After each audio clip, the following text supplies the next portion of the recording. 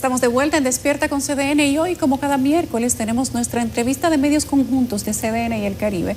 Y nuestro invitado es el ingeniero Leonardo Reyes, director general de la Oficina Nacional de Evaluación Sísmica y Vulnerabilidad de Infraestructura y Edificaciones, ONESVIE.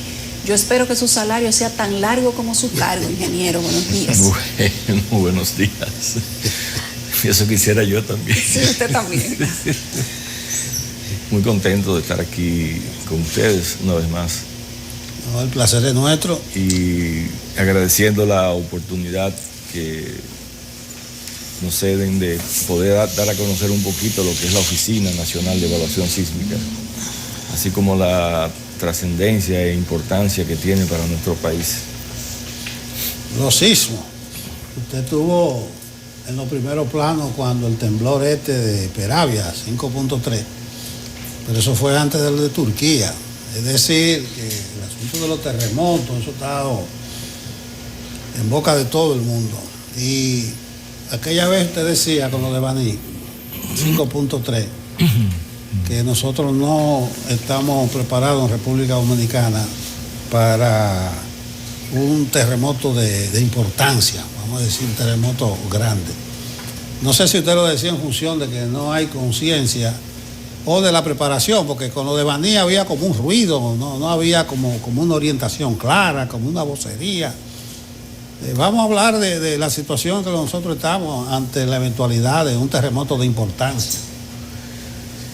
Fíjate, yo digo que ningún país del mundo está preparado para un terremoto. Miremos a Turquía, pero vamos 10 años atrás a ver Chile. Chile es uno de los países más sólidos en formación sísmica. Sin embargo, ellos tuvieron que tumbar casi 1000 edificios. Ok, no colapsaron los edificios, pero imagínate sacar gente de 1000 edificios, ¿dónde tú lo vas a meter? Entonces, el problema de los terremotos es primero que no nos avisan. O sea, no sabemos cuándo. No podemos decir, mira, pasado mañana viene un terremoto. Segundo, no sabemos la magnitud del terremoto. Tercero, no sabemos la localización, dónde va a ser, a qué profundidad, si es muy profundo, si es muy superficial. Y eso no solamente conlleva el colapso de las edificaciones, de puentes, de todo tipo de infraestructura, sino que también eso viene acompañado de muchos incendios, viene acompañado de carencia de energía eléctrica, de agua potable. O sea, el caos que se genera en un país cuando hay un terremoto importante es impredecible, es algo que realmente es muy... No he visto el primer país del mundo que haya tenido la capacidad de poderse reintegrar y mantener con normalidad su funcionamiento después de, al contrario, un terremoto te atrasa 20, 30 años fácilmente el desarrollo de un país. Entonces, ¿cuál es nuestra realidad? Porque tampoco podemos decir, bueno, nos quedamos con los brazos cruzados, porque no vamos, si no tenemos capacidad para enfrentar esa situación a la hora que llegue, pues entonces ¿qué hacemos? No. Oficinas como la Nacional de Evaluación Sísmica, ONESVIE, es una oficina de prevención. Se crea a raíz de que cuando Sodosísmica publica, a través de la petición que hizo el ingeniero Corominas, el primer reglamento sísmico dominicano fue en el año 1979. Y observamos que de ahí hacia atrás, todas las edificaciones no habían sido considerados en más de un 95% los efectos de los terremotos. Entonces, ¿qué significa eso? Que en la medida de que tú construyes sin tomar en cuenta el efecto que te va a tocar enfrentar, vamos a tener una gran masa que no sabemos qué tan segura puede ser ante un evento de esa naturaleza. Entonces, de ahí fundamentalmente que se crea esta oficina, porque nos damos cuenta de que sí, de que hay una gran cantidad de hospitales, de escuelas, de edificios de uso público, para no hablar del sector privado, porque sino de lo que nosotros manejamos día a día. Y decimos, bueno, la única solución que tenemos es hacer una oficina que se ocupe de revisar esas edificaciones que hemos sido capaces de hacer antes del código. Pero se da algo interesante.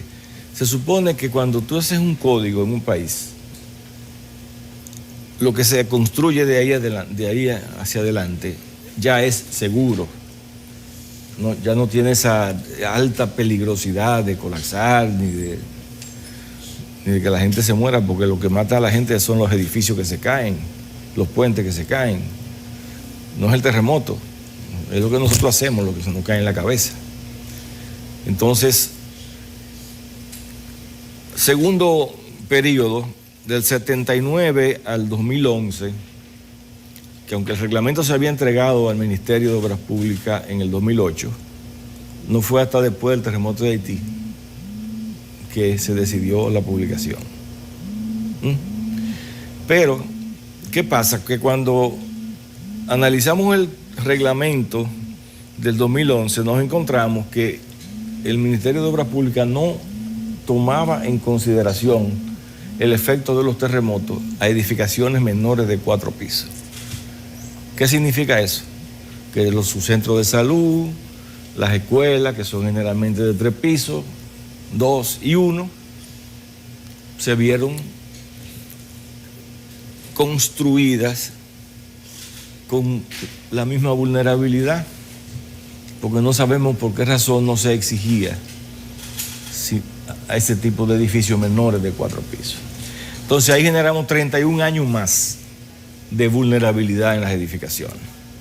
Y ahí viene el gran paquete que se une a los 50 años anteriores de seguir construyendo vulnerabilidades. Viene el nuevo código, se obliga de un piso hacia arriba. Todo lo que se haga en este país necesariamente tiene que contemplar la presencia de un terremoto. ¿Por qué? Bueno, porque es la única forma de que cuando venga el terremoto podamos seguir disfrutando de esas infraestructuras, de esas edificaciones, de esas líneas vitales que hemos hecho. Entonces, ahora mismo nos encontramos que ya el código tiene 10 años utilizándose, 11 años. Y se entiende que todas las edificaciones que hemos hecho a raíz de ese código tienen las consideraciones sísmicas que incluso penalizan los efectos como el que pasó en Turquía de piso suave, lo penaliza edificaciones que tengan solamente dos líneas de apoyo, de soporte, penaliza, o sea, el control de los desplazamientos del edificio, porque si tú permites que tu edificio se desplace mucho en un terremoto, te va a condenar las puertas, te va a romper los cristales. Entonces, hay una serie de cosas que nosotros, cuando rehicimos el código de insolosísmica en el 2011, esos 31 años de experiencia de otros países, lo incluimos en el reglamento. ¿Para qué? Para penalizar esas acciones que nos garantizaban a nosotros la seguridad de que nuestras edificaciones van a funcionar de la mejor manera. Es importante decir que en la actualidad hay un giro drástico en cuanto a la concepción de los reglamentos sísmicos. Si nos ponemos a observar, nosotros hemos seguido muy de cerca el Código Americano. El Código Americano parte de un principio que dice, bueno, si el terremoto te va a aplicar una fuerza a tu edificio de 10, yo puedo dividirla entre 10 y decir que es 1, o puedo dividirla entre 8 o entre 9. ¿Por qué? Porque yo puedo diseñar, construir un edificio que tenga capacidad con todos esos desplazamientos hacia un lado, hacia el otro, que tenga la capacidad de absorber esa diferencia de la fuerza sísmica, y yo puedo mantener un edificio más económico. Pero ¿qué sucede? que cada vez que cambia el código, entonces tú tienes que volver para atrás a revisar lo que ya tú tienes hecho. Y muchas de esas edificaciones que ya estaban hechas con código, sencillamente hay que volver a ponerle la mano, hay que reforzarla, porque cambió una regla de juego. Eso hoy está siendo enfrentado por sociedades como Japón, Chile, y de algunos científicos en Estados Unidos que dicen, bueno, voy a poner un ejemplo, el caso de Chile en el 2010, hubo demandas porque ya la gente dice, no, pero espérate que ya nosotros supongamos, si ustedes son capaces de hacer edificios que no se caigan, ¿por qué tiene que romperse el edificio? Yo quiero seguir viviendo en ese edificio, porque yo no tengo 10 vidas para yo comprar 10 edificios, 10 apartamentos. Entonces nos hemos encontrado ahora con todo un movimiento al que se une América Latina y el Caribe, que se llama la elaboración del Código Modelo Sísmico para América Latina y el Caribe, donde estamos nosotros incluidos y donde la sede será en nuestro país en julio, a finales de julio de este año, Dios mediante. ¿Qué busca ese código? Primero, que todos nuestros países tengan un mismo formato de reglamento. Aquellos países donde haya volcanes, bueno, pues tomarán se incluirán en esos capítulos, donde haya nieve, bueno, pues se meterán en esos capítulos, y lo que no tengamos nada de eso, pues nos concentramos en lo que tenemos, que son los terremotos, inundaciones, entonces todo ese tipo de cosas. Ahora bien, la filosofía de diseño de ese código es que tú vas a salvar la vida, pero tú vas a poder seguir viviendo en el apartamento o en tu casa. Porque ya no es suficiente decir, yo te voy a vender un edificio que se va a romper por todas partes y tú vas a salvar la vida. ¿Y dónde lo voy a vivir después?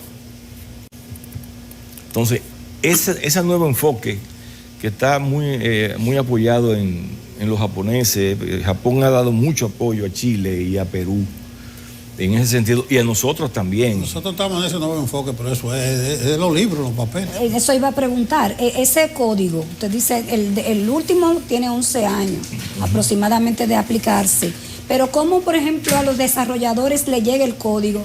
¿Quién le exige la aplicación de esas normas? ¿Qué instituciones están vigilantes a que eso se cumpla? Bueno, originalmente era Obras Públicas. Cuando se crea el MIBET, en estos años es el MIBET el que está dándole seguimiento a la aplicación del código. Ahora bien, ese código modelo que se está desarrollando, yo entiendo que nos da la oportunidad de readecuar, de revisar nuestro código del 2011 y canalizarlo por ahí para montarnos en ese camino también. Pero hay una cosa que es importante. Nosotros pretendemos seguir construyendo edificios en una zona de amenaza sísmica como si fuera al costo de un edificio donde no temblara la tierra. Y eso es lo que hace que muchos ingenieros rejuegan e intentan engañar el reglamento para que los costos de las edificaciones se mantengan en un nivel competitivo. ¿En qué sentido? Dicen, bueno, yo voy a poner una separación a las paredes de bloque para que mi edificio pueda moverse de un lado para otro con mucho más libertad, pero a la hora de construirlo, lo construimos como construimos todos los días. Entonces, en lugar de reducir la fuerza como se hace para el diseño, lo que estamos es duplicando la fuerza. Entonces, tenemos un reglamento exigente, que es una ley. Tenemos una institución que está exigiendo, primero Obras Públicas, ahora MIBET, están exigiendo que se cumpla. Pero a la hora de la verdad, no sabemos cómo vamos a responder nuestras edificaciones, porque una cosa es cómo se calcula y otra es cómo se construye. Entonces estamos justificando unos planos muchas veces que no se cumplen en la realidad y estamos sometiendo nuestros edificios a una fuerza a veces el doble Porque la supervisión entonces va solo a la aprobación de los planos, no a una supervisión en campo. Luego va una supervisión en campo. Pero, y tú ves que sí que le ponen el fondo. Bueno, nada más hay que salir a la calle. Pero ¿qué pasa? Cuando tú le pones pañete a ese fondo, ya ese fondo no existe. Porque el pañete es un espesor de concreto que te sella.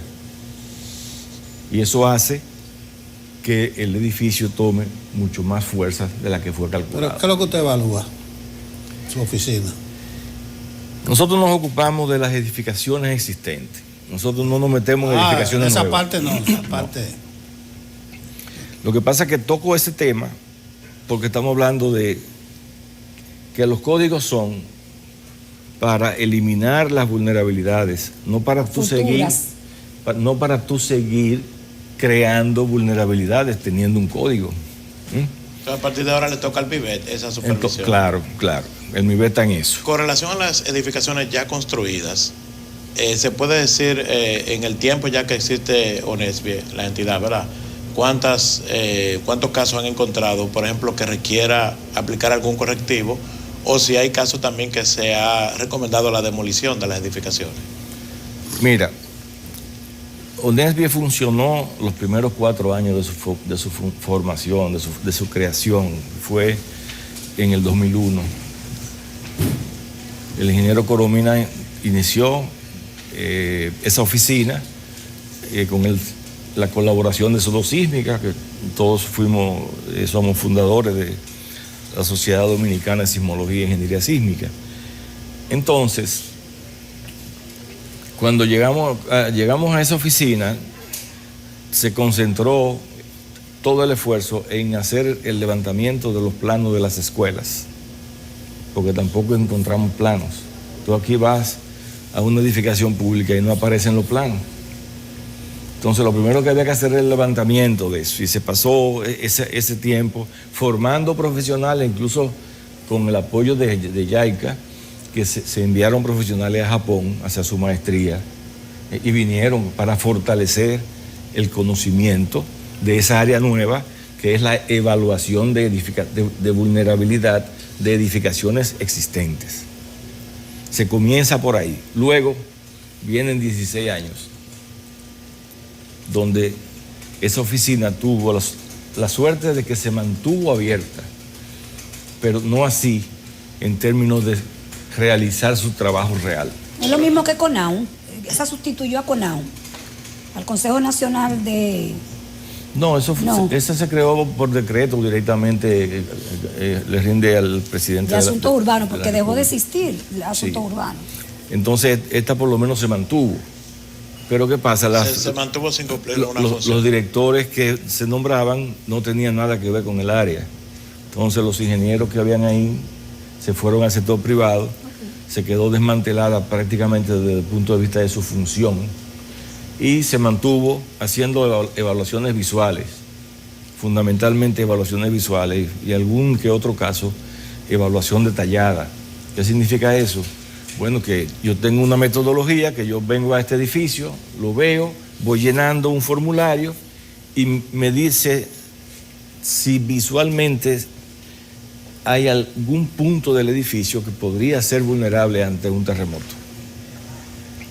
Si eso es así, entonces tú pasas a verificar eso a través de una evaluación detallada, o sea, se hace un modelo del edificio, generalmente hay que hacer los planos, porque no se tienen, hay que buscar un escáner para saber la cantidad de varilla que tienen cada uno de los elementos, o sea, es rehacer los planos de algo que está hecho.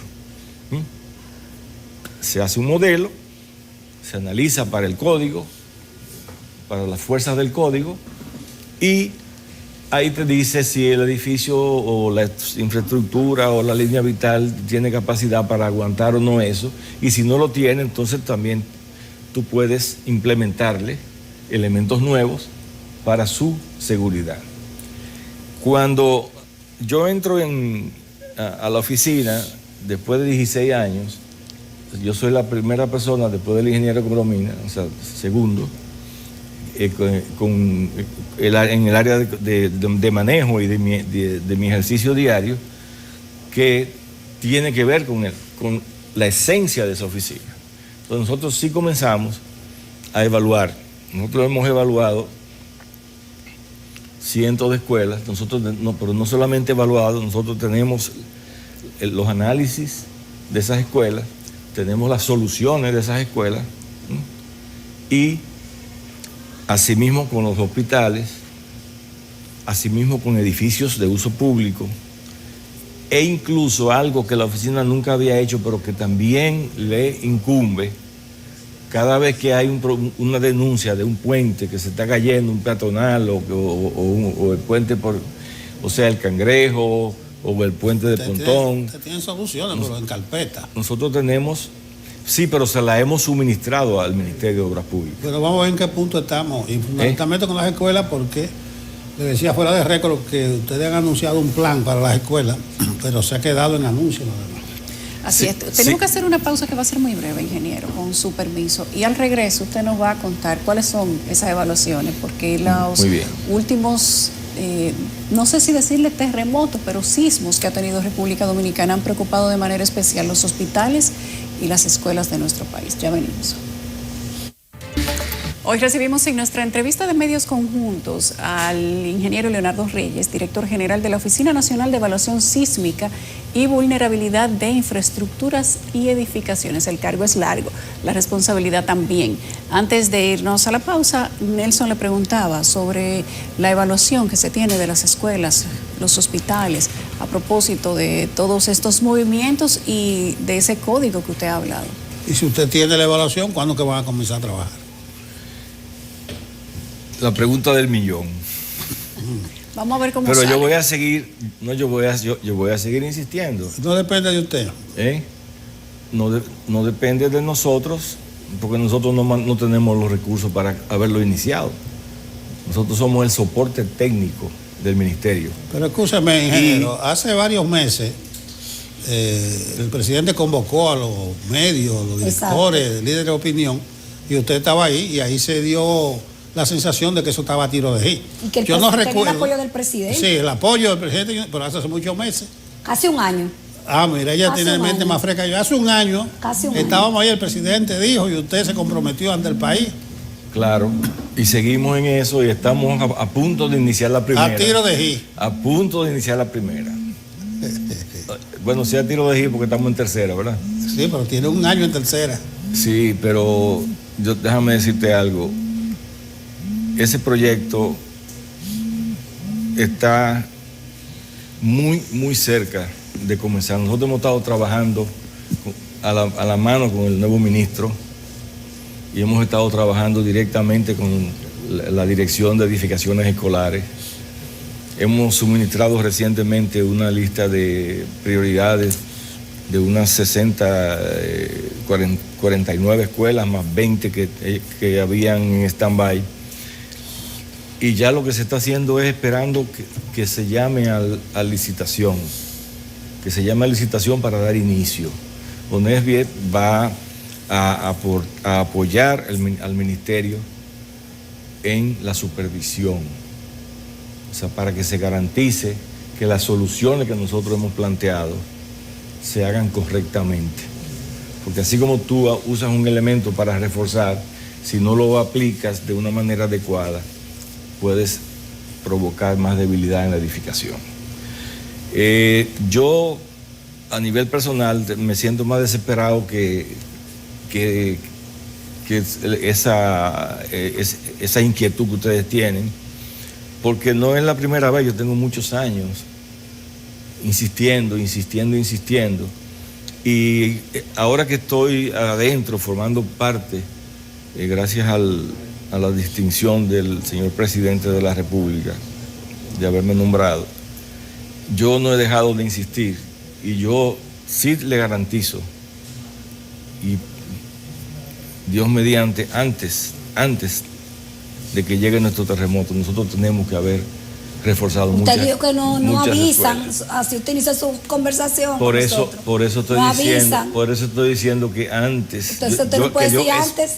No sabemos cuándo llega. Ojalá antes, ¿verdad? Sí, yo espero que antes de que llegue hayamos podido, que quede claro, antes de que llegue, que hayamos podido reforzar unas cuantas Bueno, escuelas. está empeñada la palabra del presidente en eso, está hecha la evaluación. La decisión está tomada. Pero mientras tanto, usted que está dando la cara y de usted su que está parte. quedando en la fe ante el país. No, está bien. Yo asumo la responsabilidad, porque yo también pude haberme quedado callado. Se habla como de 135 escuelas que ustedes tienen. No, hay 250, la orden es en principio 250, intervenir 250 escuelas. Y eso está ubicada que tienen fallas. Sí, que fueron mal las que construidas. están cercanas a la falla, lo que le Pero llaman... incluso, pero lo que me sorprende es que son escuelas construidas después de 2011. Y se supone que en el 2011 usted hizo un corte de un código que no debieron construirse así. Seguimos creando vulnerabilidades en las escuelas. Son más fuertes, pero provocamos las mismas deficiencias que las que no se le han puesto la mano, que son las que queremos reforzar. Otro gran fallo, cuando lo de Peravia, usted decía que, que alguien en el país tiene que tomar el liderazgo en ese momento, cuando venga un terremoto de importancia. Porque ahí hablaba el COE, ahí no se sabía, con una cosita de Peravia, más o menos no se veía como una cabeza, un liderazgo. Ahí hay un vacío. Fíjate, en la actualidad el vocero oficial de la presidencia es el COE. Pero acuérdese que aquello fue a las 7 de la mañana. A las 7 de la mañana. Y el COE a las 11 fue que sacó cabeza. Bueno, yo te digo lo que conozco. O sea, la voz oficial es la del COE. Pero hace falta como un liderazgo más definido. Bueno, lo que yo entiendo es que las demás oficinas, incluyendo la mía, debiésemos alinearnos suministrando la información al COE para que pueda dar para que pueda salir a la calle una información consensuada. Pero hasta ahora el COE que tiene la voz cantante y nosotros respetamos eso. Bueno, eso de Peravia fue un avisito nada más. El Instituto Sismológico de la UAS se quemó. Ahí no estuvo a punto, la página no estaba activa. Hacía meses que no estaba actualizada la página. Mira, en el momento del terremoto, horas después, nosotros lo seguíamos minuto a minuto y veíamos que la página tenía meses que no estaba actualizada. Y seguíamos tratando de conseguir si actualizaban en el momento posterior al terremoto. Yo te voy a sugerir. Pasó tiempito después. Te voy a sugerir que siga la del Loyola. La del Loyola. Ya lo saben, no todos los televidentes, cuando hay un remedioncito, la del Loyola, esa está actualizada. Loyola tiene mediciones en muchos puntos del país, hace un seguimiento bien de cerca. No, se está haciendo un trabajo muy eficiente en el Loyola, muy eficiente. Pero Leonardo, hay como cierta indefensión, yo veo. Pero es grave, eso. Tú me estás llevando a un punto donde me genera mucha decepción e insatisfacción de nuestro país. Nosotros tenemos Geosísmica creada desde el 77. Sociedad Dominicana de Sismología y Ingeniería Sísmica, diciéndole a este país los riesgos que tenemos. Nosotros hemos hecho los códigos, hemos dado los cursos a los ingenieros, y viene 2003, un terremoto. Bueno, ya en el 2003 esta oficina se creó, ya entra UNESBIE y arrancamos con el ingeniero Colominas hacia Puerto Plata y nos pasamos 2 meses evaluando daños y viendo para aquí, viendo para allá, y creamos un formulario para evaluación post-terremoto, de todo. Y tú ves que las cosas siguen y venimos y nos metemos en el programa de índice de seguridad hospitalaria, evaluamos 84 hospitales, el 70% de esos hospitales, pero te estoy hablando de historia, ¿no? Porque me tocaste un punto donde he estado metido, yo no me he hecho esto desde que yo me gradué. ¿Qué pasa con los hospitales? 70% de los hospitales puede que no estén funcionando si hay un terremoto. Pero eso se le dijo al presidente de turno, se le dijo al ministro de turno, eso va en conjunto con el OPS, OMS, de ahí elaboramos los reglamentos de cómo debe ser el diseño de los hospitales seguros, que para aquí, para allá, porque no se habla de que no van a estar funcionando porque se van a caer. Algunos podrán colapsar, pero otros no van a tener el suministro de combustible, por ejemplo, que no, tú tienes que tener previsto hasta 15 o 30 días de suministro, o los otros se le van a caer los plafones, o se le van a romper la tubería. Son muchas causas las que pueden ponerte y sacar fuera de servicio una edificación. Ahora mismo, Dios no lo quiera, hay un terremoto aquí, y si todo esto nos cayó en la cabeza, no el edificio, sino toda esta decoración, todas estas cosas, ya no podemos utilizar el salón. Entonces, son muchos los años diciendo, y recuerdo en una ocasión que alguien así como tú me dijo, ingeniero, usted no se cansa de decir lo mismo donde quiera que usted vaya y nadie le hace caso. No me puedo cansar, porque es mi respeto por la vida. Yo seguiré diciendo, aún tenemos tiempo, aún tenemos tiempo. Y es una preocupación que yo he tenido que aprender a manejar, porque a veces he tenido noches que no puedo dormir, pensando en lo que podría pasar en este país si nos viene un terremoto como el de Haití, un terremoto de 7, o aquí en los Fosos de los Muertos, o en la falla septentrional. Entonces sigo insistiendo. Hay mucha gente que creyó que al yo ser funcionario ya yo no iba a bregar más con eso. Pero yo sí te digo una cosa, mi compromiso está ahí por muchos años. Y hasta que no se arregle la primera escuela y el primer hospital, yo lo voy a seguir diciendo.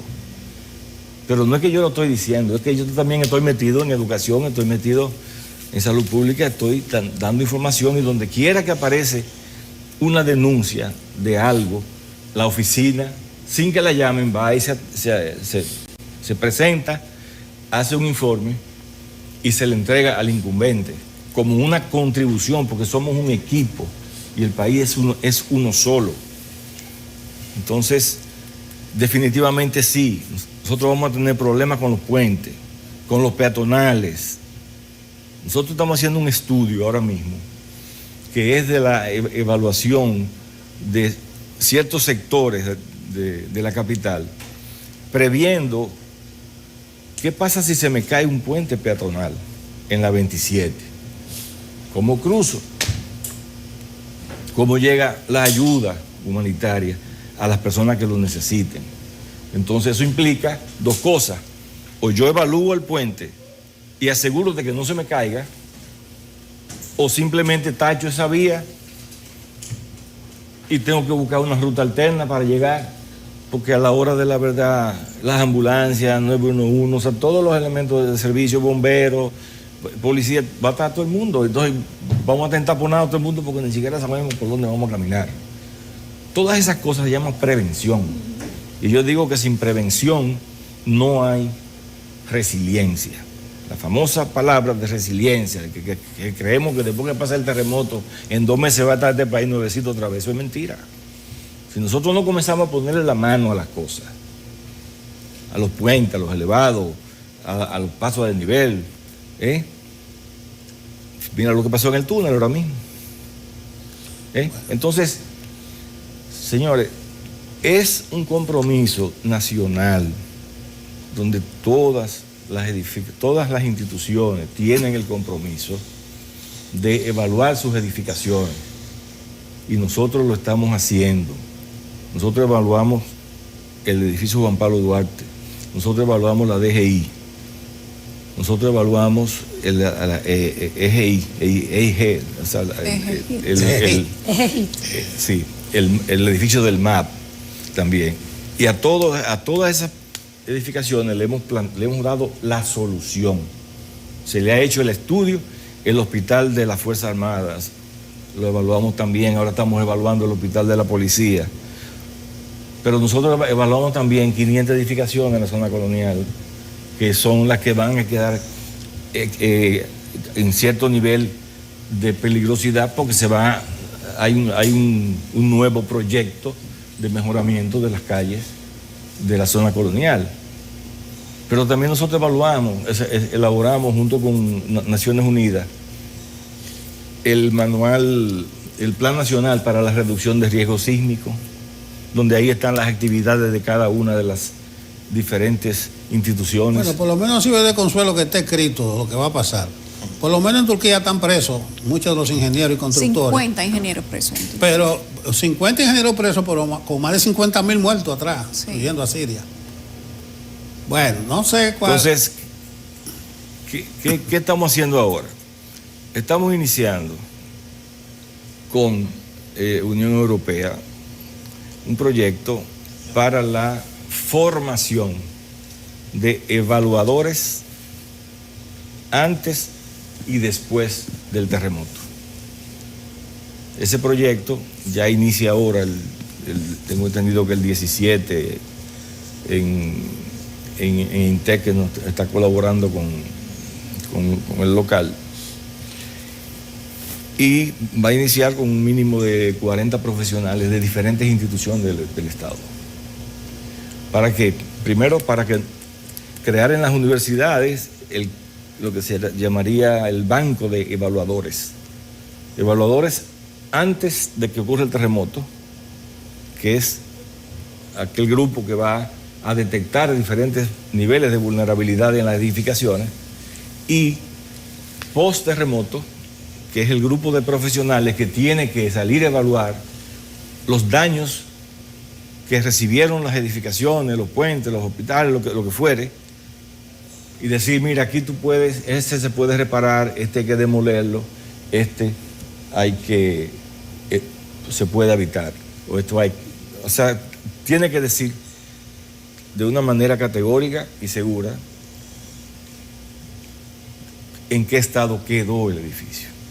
¿Y tiene la entidad suficientes recursos y personal para realizar la labor que tiene toda esta, incluso labor que se ha acumulado? Porque como usted decía, muchos años existiendo pero sin operar en la práctica. Entonces todavía hay mucho trabajo para hacer, en términos de personal y de recursos.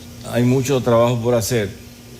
Nosotros encontramos tres ingenieros y dos delegaciones. Hoy se ha logrado con los mismos recursos, porque no se ha aumentado un centavo al presupuesto. Tenemos casi 50 profesionales calificados, que son las personas que están haciendo el trabajo. Ahora, ¿qué sucede? Viene el temblorcito de Baní y ahora todo el mundo quiere que se le evalúe y nosotros no tenemos ni espacio ni tenemos personal. Entonces ahora se acumula lo que antes no tenían, porque déjame decirte, tenemos 2 años dirigiendo ONESBIE, pero todavía ha dado un trabajo terrible que la gente sepa que esa oficina existe y cuál es la función de la oficina. Pero qué bueno, ingeniero, que ya se sabe que la oficina existe, que están apurados porque los evalúen, porque significa que de algún modo, aunque sea despacito, se está creando conciencia. Brevemente, quiero que usted nos diga, imaginando ya con el trabajo que se está haciendo en ONESBIE, levantando información de infraestructura, de vulnerabilidades, de rutas por donde acceder a los diferentes escenarios que podrían darse ante un terremoto en República Dominicana, considerando las fallas que ya se sabe que hay. ¿Cuál sería el plan de acción si se tiene? Imaginémonos que no queremos que eso suceda, pero imaginemos que mañana sucede. ¿Qué pasaría? ¿Qué pasaría? Se van a inventar muchas cosas aquí. No estamos preparados. No tenemos un plan para de tener mitigación. No, tenemos un plan. Nosotros elaboramos el Plan Nacional para la Reducción de Riesgo Sísmico. ¿Cuánta gente se conoce esto, se lo aprendió, lo leyó, trabajó en eso? Esto se hizo en esta gestión y ahora es que se está dando a divulgar, porque hace muy poco que Naciones Unidas nos suministró el material. Esto está en impresión ahora mismo. Usted dice que tiene 50 ingenieros en ONESBIE que ya están preparados y calificados. Imaginemos que tenemos un evento, ojalá no, pero lo podemos tener en cualquier momento, porque eso nos dice la condición geográfica que tiene República Dominicana. Lo tenemos, lamentablemente. Hay un equipo que pueda iniciar de inmediato a hacer un levantamiento de daños, de vidas. Claro que sí, claro que sí. ¿Hay ese equipo Claro que en sí. este momento? Nosotros ese equipo está formado ahí y ahora lo que estamos haciendo es extendiéndolo. ¿A través de quién? De las universidades.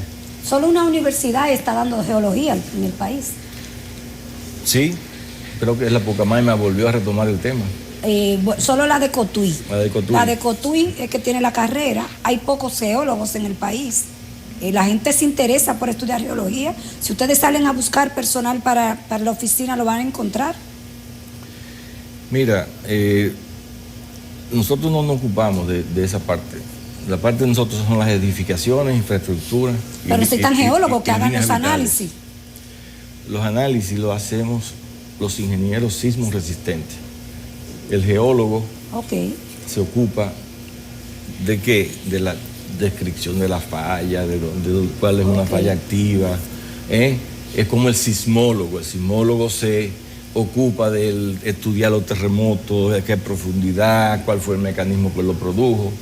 Entonces nosotros estamos en una etapa, en un plano totalmente fuera de todo eso. Nosotros lo que sabemos es que a nuestras edificaciones, líneas vitales e infraestructura, la va a afectar un terremoto. Bueno, Y nosotros nos hemos especializado en que, primero en hacer una radiografía de diferentes edificaciones, infraestructuras y líneas vitales. Detectar los problemas y plantear soluciones. Pero eso es lo existente. muy bien. Parece que falta mucho por hacer. Sí, pero Muchas gracias. estamos iniciando. Gracias. Estamos iniciando y yo espero que la próxima vez que me inviten, si no hemos arreglado la primera escuela, no vengo. No, yo creo que sí, porque usted está dando la cara ¿Eh?